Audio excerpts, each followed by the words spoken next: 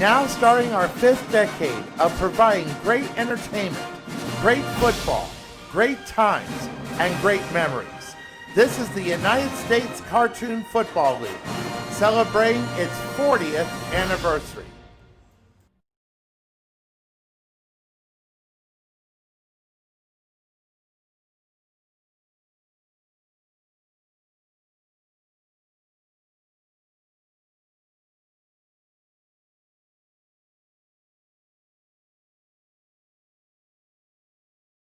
Let's get ready to rumble!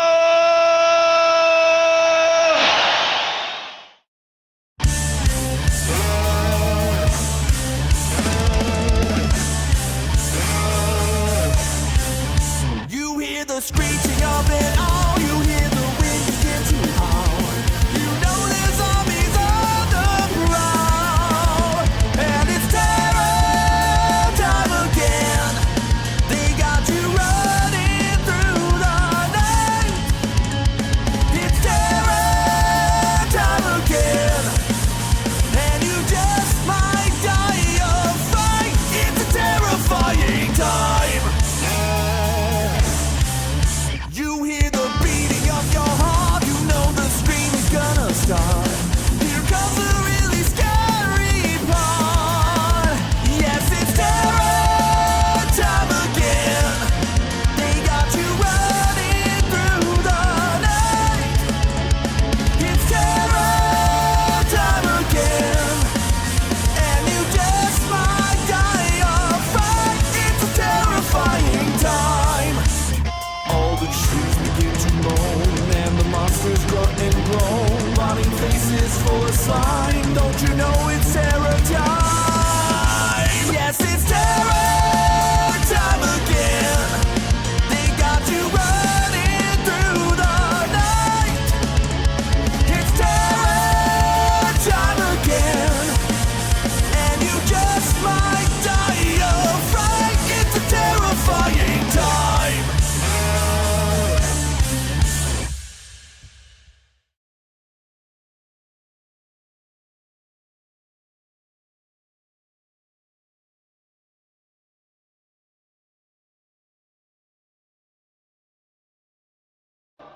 Look what I got, Uncle Scooby. You've got Daphne, Scrappy.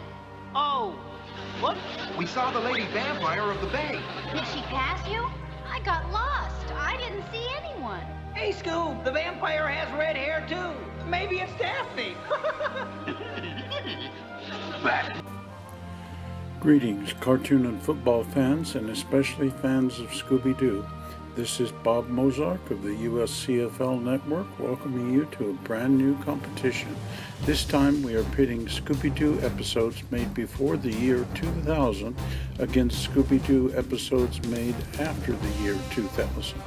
Like we did with the She-Ra episode runoff, we will once again use a football scoring system for each episode. This is a 16-round competition. Here is the criteria for this tournament. All 5 Mystery Incorporated characters must appear in each episode.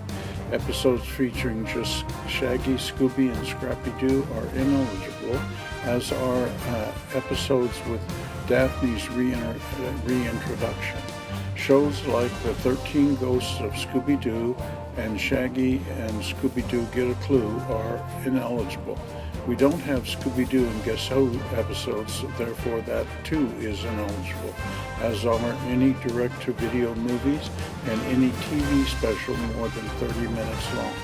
The episodes from the shows that are eligible are as follows: Scooby-Doo, Where Are You?, the new Scooby-Doo movies, The Scooby-Doo Show, Scooby and Scrappy-Doo from 1979, A Pup Named Scooby-Doo, What's New Scooby-Doo, Scooby-Doo Mystery Incorporated, and Be Cool Scooby-Doo. After round 1, the Scooby-Doo series after the year 2000 leads Scooby-Doo before 2000 7 points to 6. After a brief pause, we will begin round 2 of Scooby-Doo B2K versus Scooby-Doo A2K.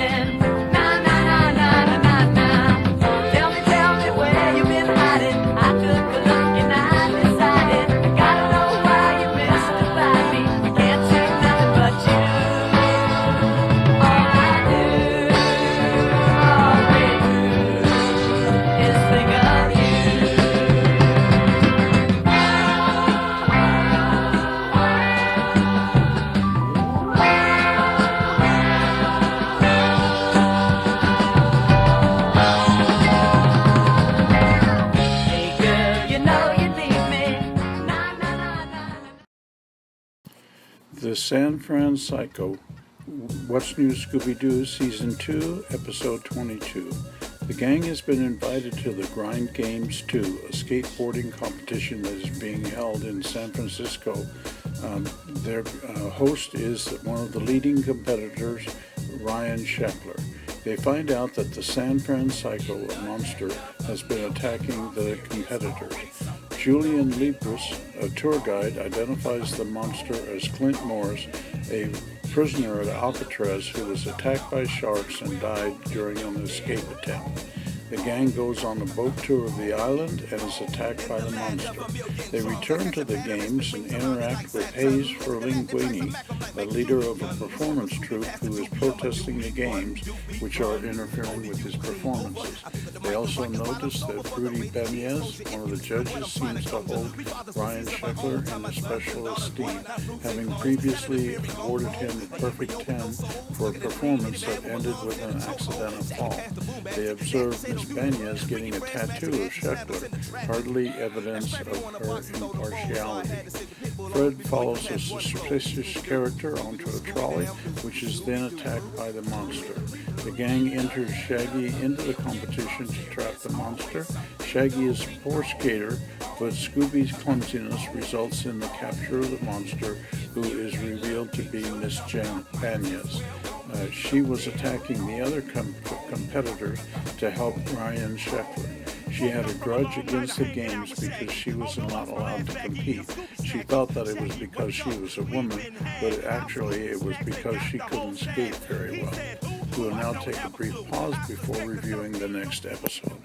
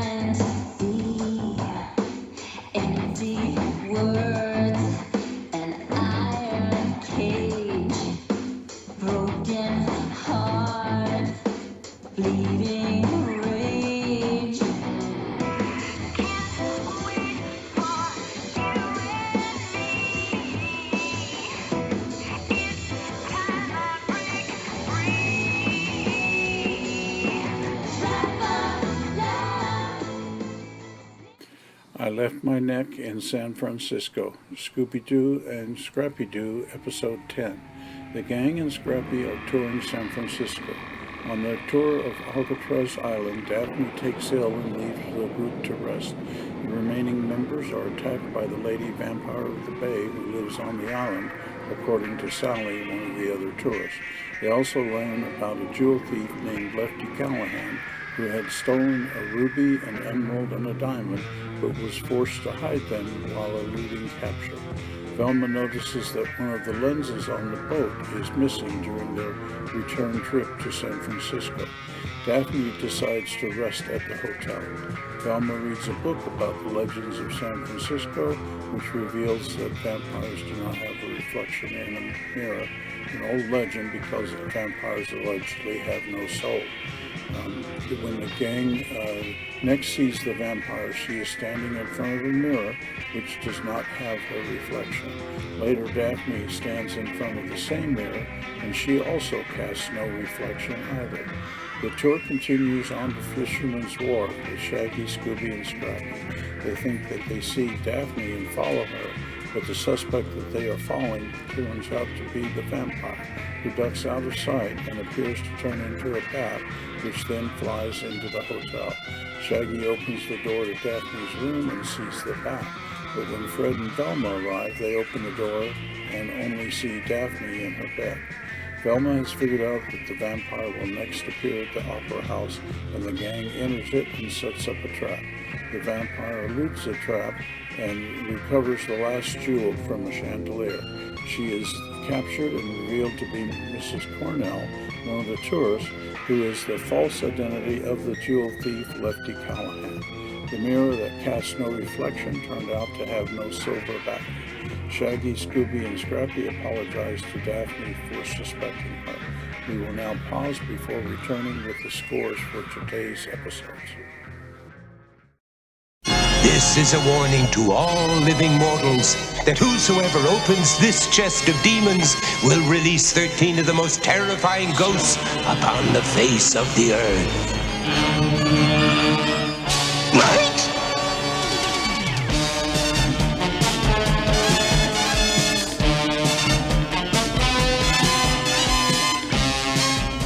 Let's get him, Bogle! I'm with you, Weird! Whoa! Only you can return the demons to the chest. Why us? Because you let them out.